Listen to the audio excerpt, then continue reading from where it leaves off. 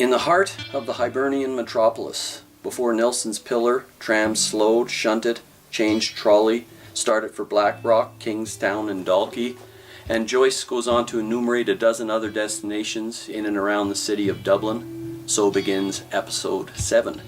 Welcome to the Omphalos Cafe and my ongoing synopsis of James Joyce's monumental, and as I never tire of stating, monumentally misunderstood classic, Ulysses. Well, as in last episode's carriage ride through bustling city streets to the cemetery, here at the very outset of the episode 7, the feel, energy, and movement of the city is evoked. Because when all is said and done, we, you and I, and now over half of humans on planet Earth live, move, and propagate in cities. It is the environment we are born into, grow up, and hopefully, and I repeat hopefully, mature in, perhaps partner up with another within, and give birth to and raise children amidst. The stream of life, as Leopold Bloom, one of our trio of heroes in the book, repeatedly contemplates. Again, listen to the chapter's opening lines, because Joyce is never frivolous in his choice of words. In the heart of the Hibernian metropolis, before Nelson's pillar. Actually, episode 7 will be bookended with that image, the British-built pillar commemorating one of the Empire's greatest admirals, placed squarely in the center, heart and soul, of staunchly, suffocatingly Catholic Ireland, although Joyce chooses the pre-Christian descriptor Hibernian for his native city. There's tremendous richness of meaning lying out there for us folks, if we open our hearts and our souls to it. However, these synopses are not really concerned with the unquestionable richness of detail in Ulysses, but rather the broad overarching or underlying currents flowing beneath the surface of Joyce's masterwork. The true aim of these videos is the notion that in grasping the living, flowing core of the work, something universally ignored or forgotten in academia's obsession with literary techniques and the ferreting out of every little parallel with Homer's Odyssey, the incredible richness of detail settled poetically and organically into place. Because as Joyce himself pointed out, there is a simplicity at the heart of all of his work, a simplicity lying right before us, if only, as again I repeatedly say, we can open our hearts and minds to it. The question is, can we? Anyway, I have a quote for you. It's from Arthur Schopenhauer's On an Apparent Intention in the Fate of the Individual, and it's taken from Joseph Campbell's Creative Mythology. It goes, life, is a vast dream, dreamed by a single being, but in such a way that all the dream characters dream too. Hence, everything interlocks and harmonizes with everything else. Very Buddhistic, wouldn't you say? But what does that have to do with Ulysses, you might ask? Well, then Campbell goes on to say, it would be difficult to find a more exact statement than this of the sense and plane of experience of Joyce's next work, Finnegan's Wake, where the plunge, so to say, has actually been taken into those waters of the sea that Stephen, in Ulysses, was considering from the point of view only of the shore. He's referring to where we left Joyce's alter ego, Stephen Dedalus, at the end of episode 3, on the shore of Sandymount Strand. But what's more, that Stephen, that fictionally autobiographical James Joyce strolling the shore of Sandymount Strand 10 years before beginning the writing of Ulysses, was contemplating, among a great many other thoughts, impressions, and ideas, that very short work of Schopenhauer's On an Apparent Intention in the Fate of the Individual.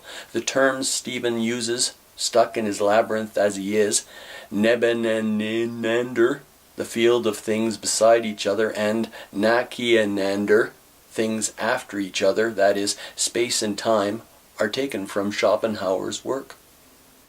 And therein, folks, is actually the key to the deepest underlying current of Ulysses. Stephen, in Ulysses, is on his way towards a Buddha-like awakening to the wonder and mystery of all life, from where his, or Joyce's two masterworks, Ulysses and Finnegan's Wake, will be written. But let me just quote from Campbell's Creative Mythology one more time. Speaking of our collective Paleolithic past, Campbell writes, nature was then very hard, society therefore too. And then he goes on, and yet even then there was an allowance made for a certain type of deviant, the visionary, the shaman, the one who had died and come back to life, the one who had met and talked to spirit powers, the one whose great dreams and vivid hallucinations told effectively of forces deeper and more essential than the normally visible surface of things. An allowance made for a certain type of deviant, the visionary, the shaman, Campbell writes, the one who had died and come back to life. Now, why am I stressing this? Because that is precisely what Stephen/James Joyce is in the process of doing in Ulysses. That is exactly what will symbolically occur later in the book when Stephen is knocked down and out at the hands of the drunken British soldier, remember Nelson's pillar here, and brought back to life by the caring solicitude of Leopold Bloom. The death to the world of the citizen and birth of the shaman/artist. A symbolic death and resurrection. Actually, the entire book is shot through with that imagery. And when I say that, I'm immediately reminded of Henry Miller's own death and resurrection journey towards artistry as recounted in his Rosy Crucifixion trilogy. Thomas Mann, too, played with the same constellation of imagery in his Magic Mountain, as did Marcel Proust in his In Search of Lost Time, and even Picasso in his huge painterly response to the bombing of the Basque town of Guernica. How rich and reverberating, if only we can open our eyes and our hearts to it. Anyway, all that said, let's get back to episode 7. Now, the episode as a whole will start easy, as we accompany Bloom into the press room going about his business as an advertising canvasser for the Freeman's Journal. Bloom will eventually depart, and the narrative shifts to a straightforward third-person narrative, that is, until Stephen arrives on the scene. And then, as in part 1 of the book, things get a little more difficult, mainly because Stephen's perspective is so much more internalized and reflective, not to mention immensely better read than Bloom's. Also, here is the first time our principal male characters virtually cross paths in the course of their day. If you've watched my other videos, I've already drawn attention to how Joyce uses the image of keys. Stephen having given his to Buck Mulligan in chapter 1, and Bloom having left his behind at home. I conflated the keys with the key to manhood, the two men's challenges in attaining to that exalted but much underappreciated state. And in this first path-crossing episode, what is the design atop the advertisement Bloom is after? But a pair of crossed keys. Alright, we see the movement of carriages, trolleys, and trains. Bloom enters the press room. There are evocations of crown and crozier, that is, the almost ubiquitous symbols of temporal and spiritual authority. And Bloom goes about his business to the backing thump and whir of the press machinery. Now, one of my 10 biggest misconceptions hindering the reading, understanding, and enjoyment of Ulysses was that Bloom, contrary to what most people still seem to think, is not Jewish. And there's a nice little bit illustrating this early on in episode 7. Watching a typesetter at work, he's reminded of his father. He thinks, poor Papa with his Haggadah book, reading backwards with his finger to me, Pesach, next year in Jerusalem, dear, oh dear. All that long business about that brought us out of the land of Egypt and into the house of bondage. Alleluia, Shema Israel, Adonai Elohenu. No, that's the other. By the way, Stephen later will hear a tale about the same theme there. Then the 12 brothers, Jacob's sons, and then the lamb and the cat and the dog and the stick and the water and the butcher, and then the angel of death kills the butcher and he kills the ox and the dog kills the cat. Sounds a bit silly till you come to look into it well, just as it means, but it's everybody eating everybody else. That's what life is after all. That's what life is after all. Profound stuff if, as Bloom ponders, you come to look into it well. However, the point I'm trying to make here is that he doesn't quite get the Jewish teachings straight, but in the integrity of his own being turns them to his own uses. And that, folks, is quintessential Bloom, as we've already seen, gone beyond Christianity and now Judaism to life, for want of a better term, which is also precisely what Stephen, stuck as he is striving towards. It's big stuff indeed, and so relevant still to where we're at today. At any rate, set in the nerve center of a modern daily newspaper, the chapter is given over to different modes of communication, from factual news to the modern essay, brief anecdotes to bombastic oratory, silly little riddles, and even graffiti scrawled on stairway walls, culminating in Stephen's little vision, as he puts it. Not a tale, short story, or short narrative, mind you, not a parable, but a vision. Remember that. However, I'll save Joyce's biggest joke on staid academia for later. Stopping in at the Evening Telegraph, Bloom runs into a familiar cast of characters, including the bitterly humorous Simon Dedalus, the foolish and fawning Lenihan, Ned Lambert, plus the paper's editor Miles Crawford, and a Professor McHugh, among others. Now, while Bloom goes about his business, the others chat away on a wide range of topics, including the drawing of parallels between the ancient empire of Rome and that of modern-day England, which ties in nicely with the whole death and resurrection thing I mentioned earlier, doesn't it? Roman soldiers putting Jesus to death, while Stephen will later suffer his symbolic crucifixion at the hands of the British. Anyway, his work in the press room done, and minor slights suffered, Bloom takes his leave, young carriers scampering in his wake and making imitative fun of him. It's not long after that Stephen arrives on the scene, carrying the article Mr. Deasy asked him to get published earlier in episode 2. There's more on empire and Ireland's struggles. Pyrrhus, the Greek who vainly fought the expanding Roman Empire, is mentioned again. The foolish Lenihan finally gets in his riddle, feeling the need to explain the meaning almost immediately. Then there's another of those playfully revealing moments Joyce slips into the mix. Under the header, "You Can Do It," the editor Miles Crawford places a nervous and slightly tipsy hand on Stephen's shoulder and urges him to write something for him. Something with bite in it, as he puts it. "You can do it," he says. "I see it in your face." It goes on. "Foot and mouth disease," the editor cried in scornful invective. "Great nationalist meeting in Boris and Ossory. It's all balls, bulldozing the public. Give them something with bite in it," he encourages Stephen. "Put us all into it. Damn its soul, Father, Son, and Holy Ghost, and Jakes McCarthy." I love that little bit. Why? Because that's precisely what Stephen will do in 10 years' time. Write something with bite in it, putting them all into it.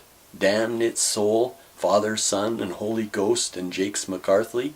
Didn't Bloom refer to his backyard outhouse as the Jakes? Anyway, that something he will write will be the book Ulysses. Alright, let's finish up here. There's more storytelling. Bloom phones and is summarily dismissed. More on writing. There's a tiny bit illustrating Stephen's inquiry into the popular at the time phenomenon of mysticism, Hermetic philosophy, planes of consciousness, what will in good time blossom into the 20th century's fascination with the New Age. Apparently Stephen has dismissed it as airy balderdash. The professor then relates what he believed to be the finest display of oratory he ever heard by a fellow named Taylor. Now again, Joyce is never frivolous, as was the drawing of parallels between ancient Rome and modern British empires.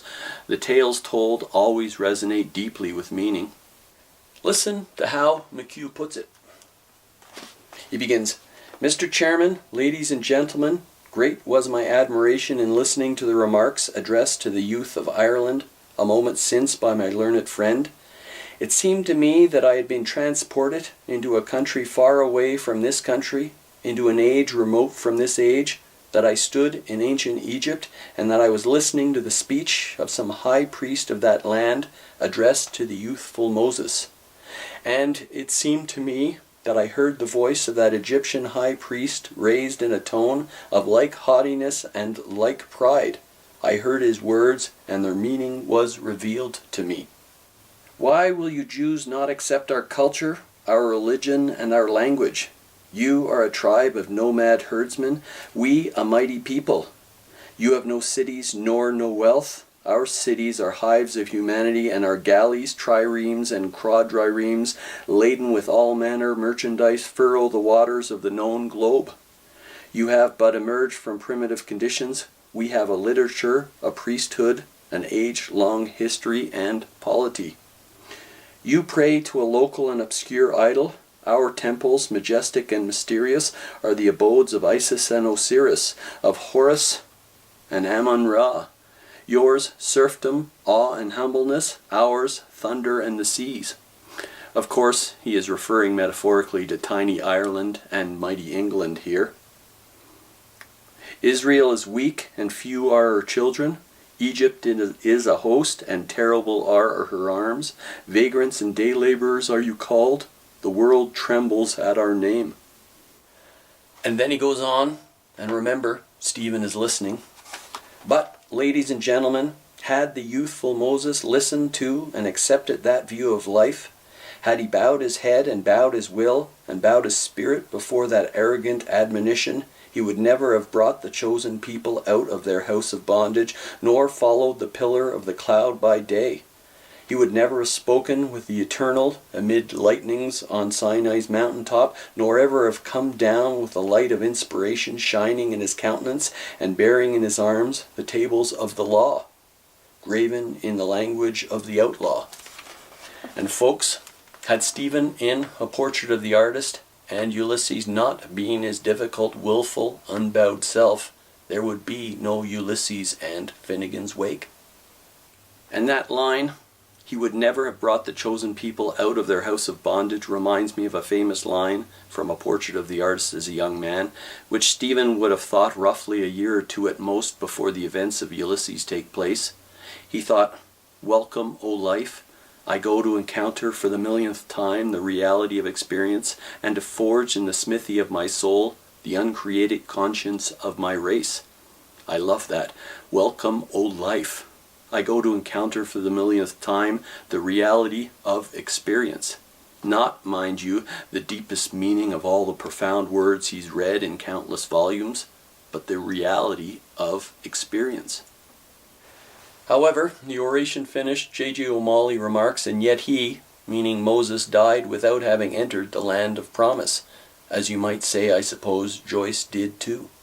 Isn't that beautifully rich with meaning? At any rate, that little bit over, Stephen proposes the group adjourn for a lunchtime libation. They gather their things, and while doing so, Stephen thinks to himself, "Dublin, I have much, much to learn." And then, screwing up his courage, on now, dare it, as he thinks, he tells Professor McHugh that he too has a vision. And as I said, mark closely his term for it. Not a short story or narrative, not a parable, but a vision. And that's all. And this, folks, to me, is Joyce's biggest joke on good old unimaginative academia, which I've already put into one of my videos, and which of course failed to raise the least eyebrow. But that's okay, I'll try again. Stephen tells a short little tale about two old Dublin Vestal virgins who save their money and go on what for them is a grand adventure to see the views of Dublin from the top of Nelson's Pillar. Again, that symbol of English might and rule in the heart of the Hibernian metropolis. They buy bread and brawn and a couple dozen ripe plums and begin to climb the winding staircase. By the way, while Stephen's sharing his vision, Bloom arrives back on the scene and is again summarily dismissed, though not before wondering if, as he puts it, that young Dedalus is the moving spirit in their adjourning for drink. Anyway, Stephen goes on with his vision. The two old gals eat their snack and, tired and frightened of the heights, sit back and, pulling up their baggy brown skirts over their heads, and why, I asked, did he include such a seemingly petty detail, they proceed to eat the plums and spit the seeds out the rail and down onto the cobble streets below. And that's all. Professor McHugh then says, and again, listen closely to his words, he says, "You remind me of Antisthenes, a disciple of Gorgias the sophist. It is said of him that none could tell if he were bitter against others or against himself." And isn't that Stephen to a T? McHugh goes on, "He was the son of a noble and a bondwoman," again, Stephen, "and he wrote a book in which he took away the palm of beauty from Argive Helen and handed it to poor Penelope, which Stephen will do, indeed, in good time, handing the palm of beauty to Molly Bloom." However, let's get back to Stephen's vision. Picture it. The chapter began with Nelson's Pillar, resonated repeatedly with empire and colonialism and bold-spirited defiance of authority, both spiritual and temporal. There's the lofty, phallic British pillar in the heart of Dublin, and the two old ladies sitting side by side with their baggy brown skirts pulled up over their heads, and plum seeds spilling from the top, no less. And I'll just leave that one with academia and you.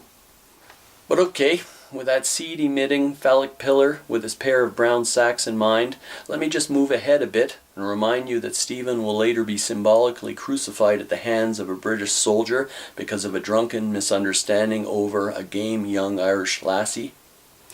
Now much is always made of episode 13, set back on the shore, and a girl named Gertie McDowell, the silly little fool Bloom will ogle and masturbate to as the day finally grows dark. But whoever mentions another of the girls on the beach, Sissy Caffrey, and how bold and capable she is in dealing with the kids in their care? She's the game one on the beach, probably modelled on a young Nora Barnacle, and she's the young lassie who will later come between and end up going with the drunken British soldier after he fells Stephen with one punch. Picture that and the seed-spilling pillar. Or maybe not, I suppose. And that's pretty much it for episode 7. One that started and ended with the image of Nelson's pillar. The first straightforward, you might say from a Bloomish perspective, and the latter from Stephen's perspective, what might be called a psycho-spiritual or mythopoetic one. Now, mythopoetic, you might ask? And I'd say from the point of view of the patriarchal British ruling over what was once a more matriarchal Hibernia, the image of the seed-emitting phallus is truly apt, if decidedly inappropriate for its time. Anyway, as always, if you've made it this far, thanks for watching. But let me just say, before I leave off, this stuff I'm trying to get across isn't learned, literary stuff, folks. In reality, it's you and it's me, and it's nothing more or less than life itself. Anyway, thanks again, and we'll see you next time.